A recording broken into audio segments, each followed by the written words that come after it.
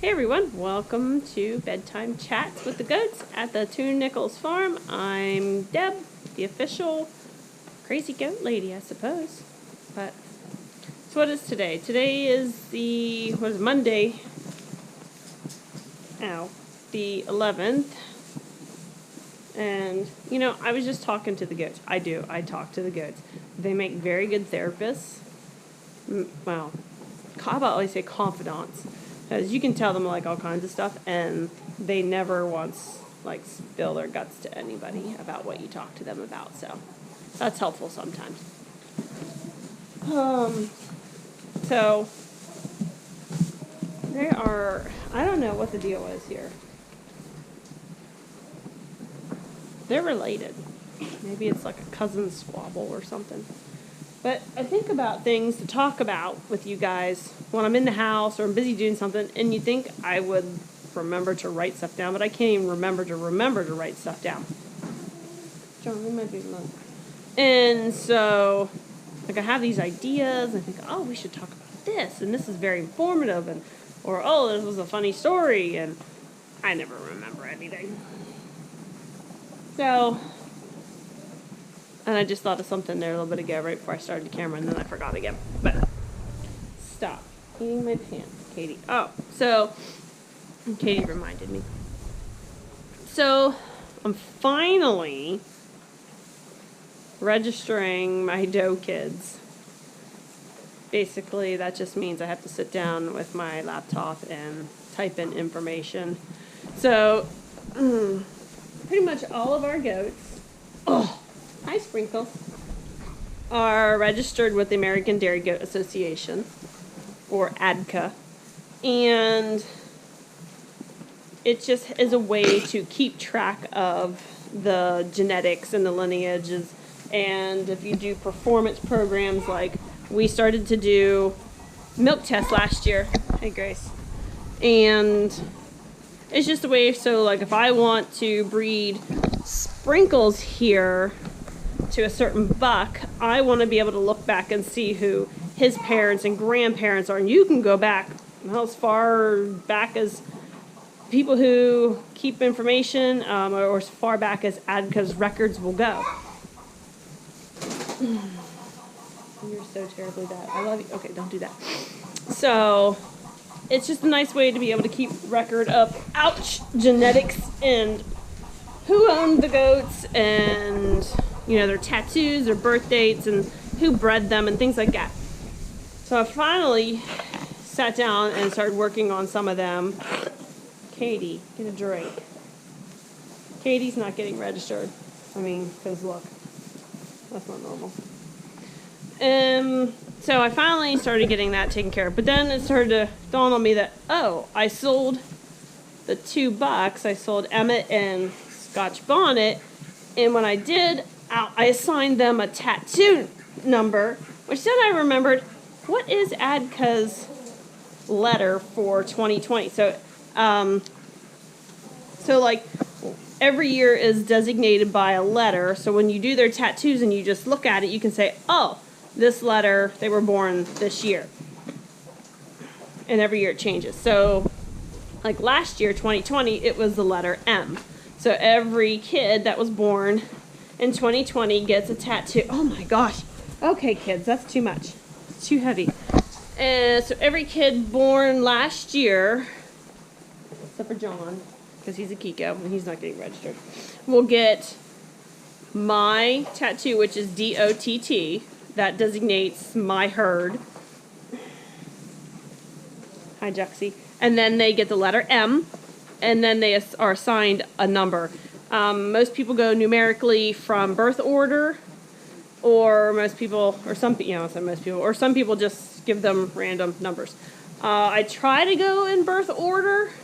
Like I said, I remembered that I sold Emmett and Scotch Bonnet, and I assigned them their numbers, and then I couldn't remember, and I didn't want to reassign one of the does one of those numbers. Hang on, I got some in my eye now. Now they're making me cough. So I had to go back through my books and see what I assigned their numbers so I could make sure. Hang on. No, I don't have COVID. assign, the right numbers to them. Hi, Sprinkles. Sprinkles gets one of the first numbers because she was one of the first ones born. Yes, you were, weren't you? Yes, you were. Yes. Oh, you're too fat. So, stop making me cough. So, I finally sat down and started doing that. I think I only got in on the second kid. I think I have nine kids I have to register, which is a lot for me for 1 year. Like last year I only did 7 or 8. What? I love you, but you're being really weird. Really weird. Ow. Go eat your supper. You're a big goat.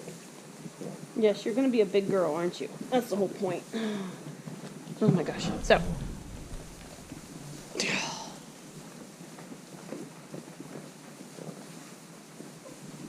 I'm not sure what's happening. Besides, I'm being attacked. No, you cannot eat my hat. This is my hat. Get your own hat if you want to eat a hat. Huh? Okay. Yes, I do talk to my goats like they are like humans.